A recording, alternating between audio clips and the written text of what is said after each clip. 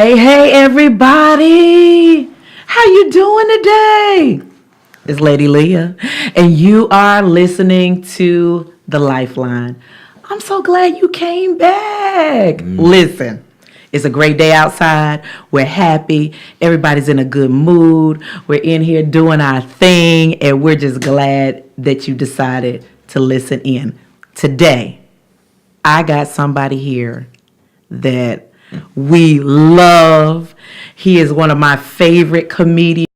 He is in. We did everything we had to do to get the man of God here, and he is here. So I'm getting ready to let you know who he is in a minute. But first, let me say thank you to our sponsors, Triad Workspace, where we are today, and Churchy Chick. Thank you. We are glad to have you as our sponsors. Now, Tim Shropshire is in the building. What's up? How y'all Lifeline doing? family, will y'all give it up for Tim? Y'all ain't clapping over there. Y'all ain't clapping. You hear? You hear? They didn't listen. I heard Tim Shropshire, comedian Tim Shropshire from Greensboro, North Carolina. Yep. Today this is history in the making. Let me just tell you. Oh, here we go. What we got? I'm all hype, okay? I'm trying to contain myself. You've had me laughing since you walked in the door, period. Let's just say this. You gotta have fun. But you are the first man to be on the Lifeline. Come on, Barack Obama of Lifeline. Come on, The somebody. Barack Obama Come on, G. of Lifeline. I done made something in life. Hello, somebody. I can add it to my resume. Please add it. I'm gonna add that. You are representing for the brothers today. We trying. I hope I represent. Listen, we love you. The man. Triad loves you. Thank you. We are here for every video, every car post, Come on, somebody. every barbershop post. I like how you classify me. I got sections. Okay, I got to You got sections now. Okay. Every time you jump on, you enlighten our lives. That's it. You make us laugh. You make us happy. Thank you. And so I thought it would be great if we brought you on just to hear more about who Tim Shropshire Oh, is. I got a lot to talk about then. Yeah. I know you got a lot to say. Yeah. Because you can't have all those good jokes about your life and about just everything unless you have had a journey that has brought you to this place. He's been good. See, you about to get caught up again. You churchy. I'm gonna be we gonna we talk about that in a minute. Look, tell us a little bit about Tim. I know your business. I done researched you. I done went down in the files. Like, if you're gonna be the first man, I got to know something about you. I got to know. I done got your credit report. Come on, Mike. Don't look at line 3. Don't your look at bank line account 3. info. Don't look at line 3. Line 3, Mike. I'm on line 3. Now, I know you are from Fayetteville, North Carolina. Yep, born and raised, Fayetteville, North Carolina. No. Okay, tell me a little bit about the family dynamics and give it to us. I grew up in Fayetteville, North Carolina. Awesome parents. Sammy and Sonia Shropshire. My father now, he is now a pastor, but always kept us in the church. He was always in the serving mode. Yes. And everyone, where he carried himself, where he dressed, everyone just knew my parents were pastor, first lady. You a PK. So, but my dad, he just served in ministry, and started out as the deacon, and then got called into ministry. Yeah. And just, but again, served. Never wanted to serve the pastor, and they was like, man, you need to pastor. He was like, it's not God's time. I'm not running from it. I'm not scared of it. Right. This is not what God called me to just yet. Okay. But when I always ask my mom, what does she think her purpose is in life? And I asked her this when I was like 7, 8 years old. Yeah. She says to help your father become a pastor.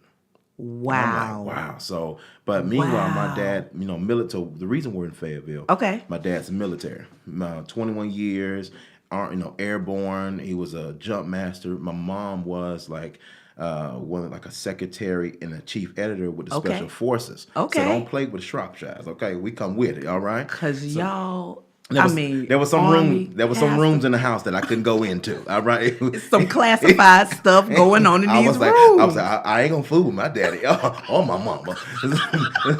So, but at the end of the day, it was just me and my brother. You and your brother, okay? And they were they are the definition of what support is. Yeah, they were at every game, everything that we did, and they just support us. And this is all through from elementary all the way through college. So my father even supported my brother when he wanted to cut up in school. He went up to the school and said, "Hey, I ain't paying no more tuition or fees. This is your support." I'm supporting it, and I'm bringing your taxi service. I'm gonna bring you on home, amen. You gonna go to Fayetteville State, amen. It's over there, East Carolina, and so that was his support. Bring your butt on home. I'm gonna bring you on home. Yeah, I'm gonna be a taxi driver. It wasn't Uber back then; it was taxi. So my dad even supported me through college. I played football. I was on a scholarship to play at A&T. Yeah. So Aggie Pride. All the way. Aggie Pride, and, nationwide. Nationwide. I'm serious. Everywhere we went, travel wise, my dad or my mom would be there. So we played down in FAMU. That's what, Tallahassee. So my dad driving down to Tallahassee to see you play. We had to play at the Indianapolis Colts Stadium in Indianapolis. So they flew to Indianapolis. Like, they didn't play, and so they really was very supportive in my development with life and everything. So tight knit family. Ooh, tight knit. We went and watched the. I know it seems simple, but the national championship. Clemson versus Alabama. My wife said, "Where you gonna watch?" I said, "I'm gonna drive down to Fayetteville and watching my dad. My dad loved Clemson." That's right. And I mean, yes, it was a 2.5 drive, but it was worth just to be there with my dad. You know, because I realized one day he ain't gonna be here. I ain't gonna be in the corner crying. I wish I went to that Clemson game. Nah, I said, we gonna get it in now. We gonna get it in now. And they taught me support. Like, my dad is the type of dad to where, if I ain't talk to my dad in like 3 days, he was like, no. So put it like this. For New Year's Day, I talked to him. You know, we talked. Well, you talked about at 12:05. Happy New Year, baby boy. Gotta call the family. Gotta go back in the church now, but they don't say Happy New Year. Happy New Year to you. And so we talked, and then we talked that next day to talk about everything but New Year. So that's the first. So on the 5th, my dad called me like, "Hello, where you been? Hey, I ain't heard from you." This daddy voice is hilarious. I said, "When's the last time you heard from me?" He said, it's been a few days, son.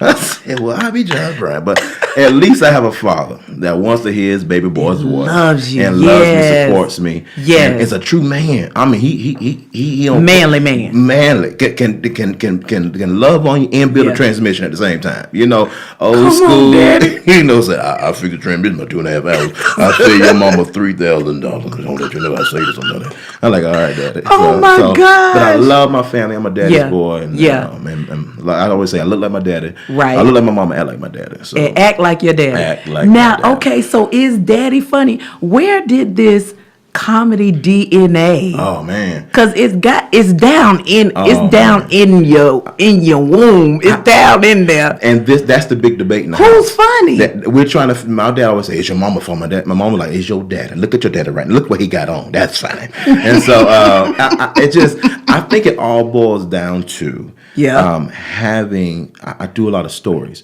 so it all boils down to family dinner. And at the end of dinner, we're just sitting there and we just sharing.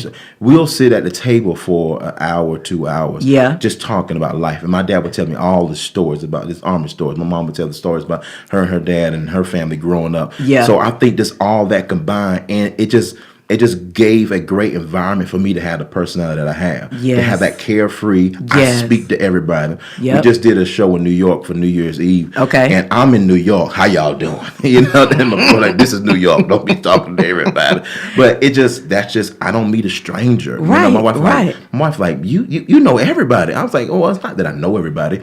I just see value in everybody. You're an extrovert. I see. To the fullest. I speak to everybody. And my daughters are the same way. No. We in the grocery store, they waving at everybody, talking to the lady at the cash register. And they're one like, where do y'all get y'all personality from? But we just keep it open. So you and the girls at Walmart talking folk head off. Is your wife like, Lord? Oh yeah. My wife is the total opposite. Right. She don't like, if you went there to speak to my wife, and that's what I said, baby, you gotta watch your face.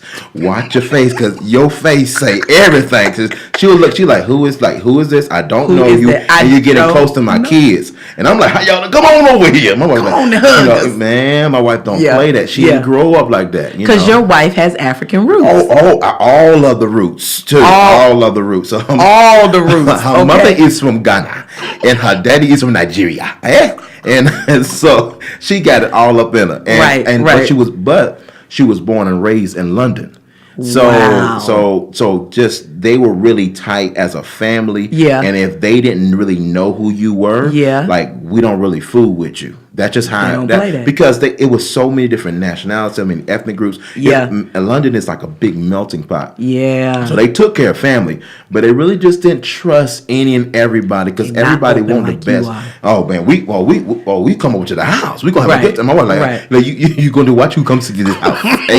They carry spirits. The spirit of the living God is the only thing that wants to live here. I'm like, oh my God. I'm like, I didn't even know spirits move like this. You do not know what he has. You do not know his plans. I'm like, okay, boo. So how did you and Esther, I'm trying to figure this out. Look, where did you meet Esther and how did you be like, how did you holler at her? Because that's the number one question. Everybody like, how this country boy from North Carolina hook up this girl from London, England? And granted, she has this beautiful. She's gorgeous too. Yes, oh, she fine. She is real fine. Come on, pump your queen, Jesus. Okay? Pump your boo. Hey, Esther. Hey, girl. How you doing? All right. So the thing about Esther, and Esther has a British accent. Okay. Truth is, she has a British. She talks just like this. She there says, "Timothy, where are you going today?" I said, "I'm about to go do this podcast." Yeah. Oh, really? Okay. Oh, I'll see you when you get back. Yeah. Make sure you pick up some of the, when you come home, probably from Zoe's kitchen. Yeah. And so she talks just like that, literally. Yeah. But when she get upset, the African come out. All the roots. Like, you are not here when you said you was going to be here. I'm like, I will be here. So get you nervous. So how we met, everyone's always asking like, how did y'all two meet? And I sometimes, if I'm in a good mood, I sometimes say, I was over in the exchange program and I saw her and she followed me back. But I'm like, nah, that's a lie. I'm gonna tell the truth. The true story is, she, my wife wanted to go to medical school here in the U.S. Okay. And she ended up moving to Maryland. When she was 16, the girl already graduated high school at 16 in London. And so she came to Maryland and she applied to one college in the whole wide world, and that happened to be UNC Greensboro. I said, Lord, want to do it. And the good master brought her right to you. And she goes to only tried going to one church. Okay. There's a church called Evangel Fellowship.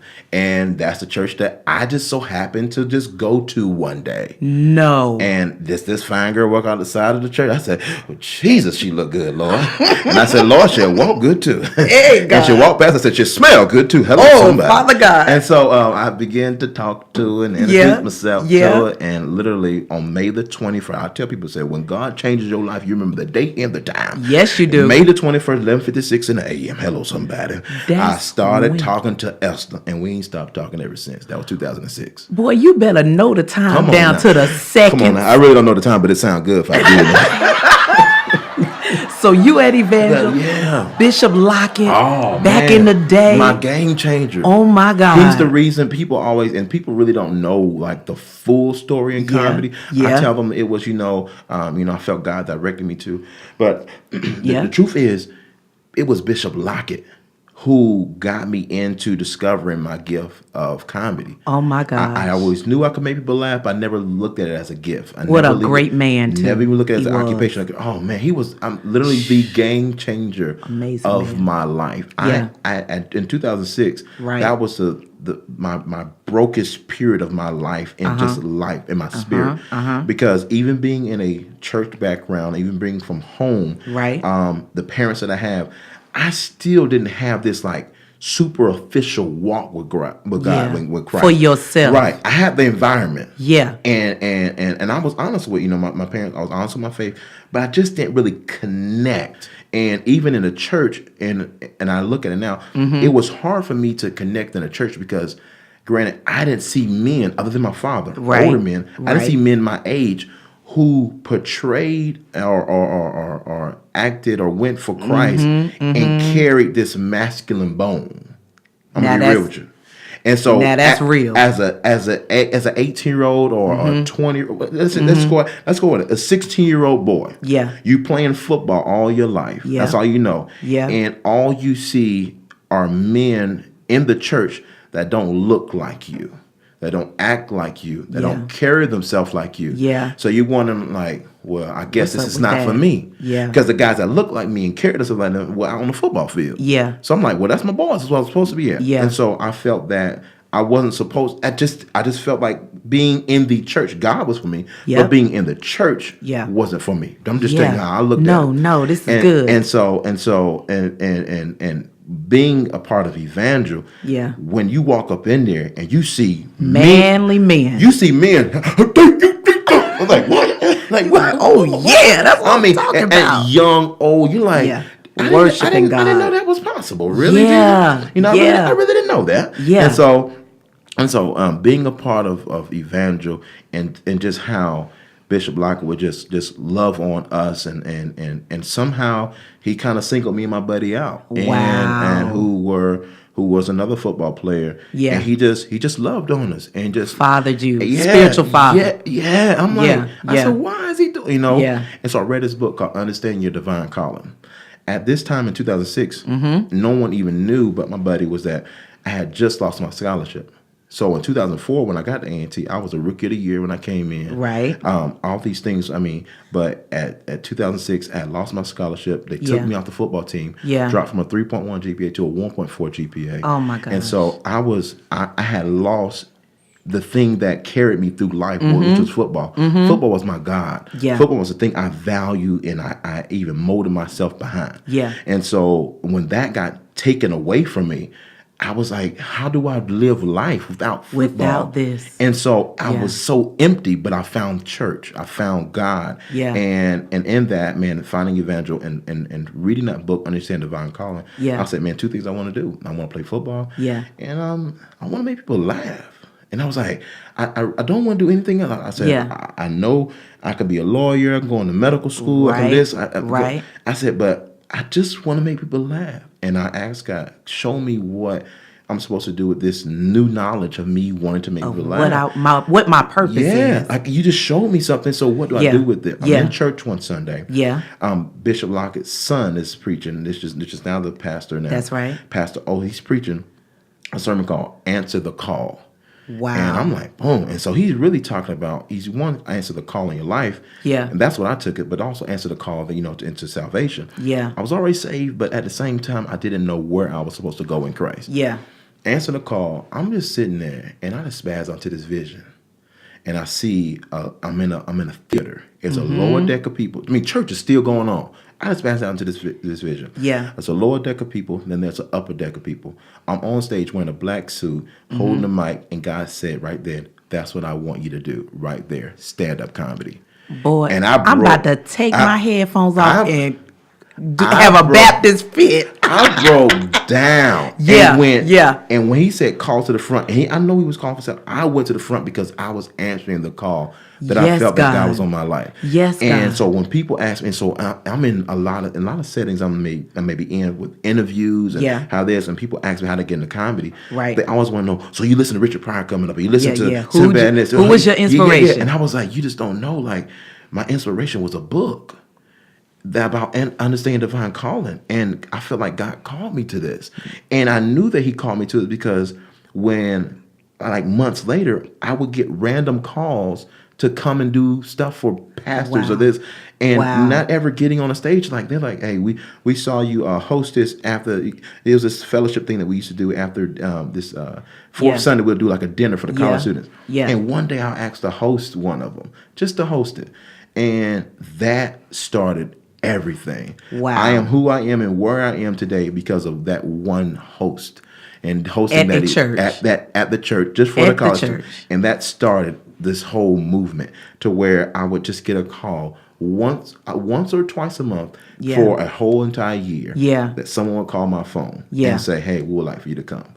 And I remember the first time somebody asked me to come, they said, how much do you charge? I was like, charge? What? I said, let me see. I'm going to get back, but you give me 24 hours.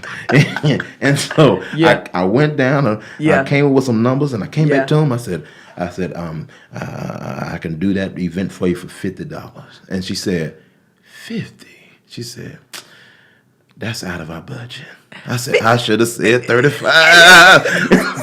I went too high. I went too high. And so they never booked me. They never booked me because I was too high. And so it I was too high. So I said, man, you gotta get yourself together. Right. And so I said, you gonna do this for 10 in my mind. So I done went through that phase of my life now to where we did an event a few weeks ago. That blessed your socks off. When you looked at that check, when you held it in your hand. That thing messed me up. My wife was like, oh, really? We ain't go to shop. Boy, so, I mean, just seeing that was beautiful. You had just seeing God move in your life off of that one faith step is amazing. And it speaks to those of us who have a vision to do something, outside of the box, what you're doing. Do something for God outside of the box, but we're not quite sure if we can. Come on now. Just one opportunity, one door, one window. One window. Will make it happen. Come on, somebody. Don't make me preach, because I got it in me, Tim. I know. I know. It's in me, but I don't want to pull it out on you right now. Let's take a quick break and we'll come right back. Okay.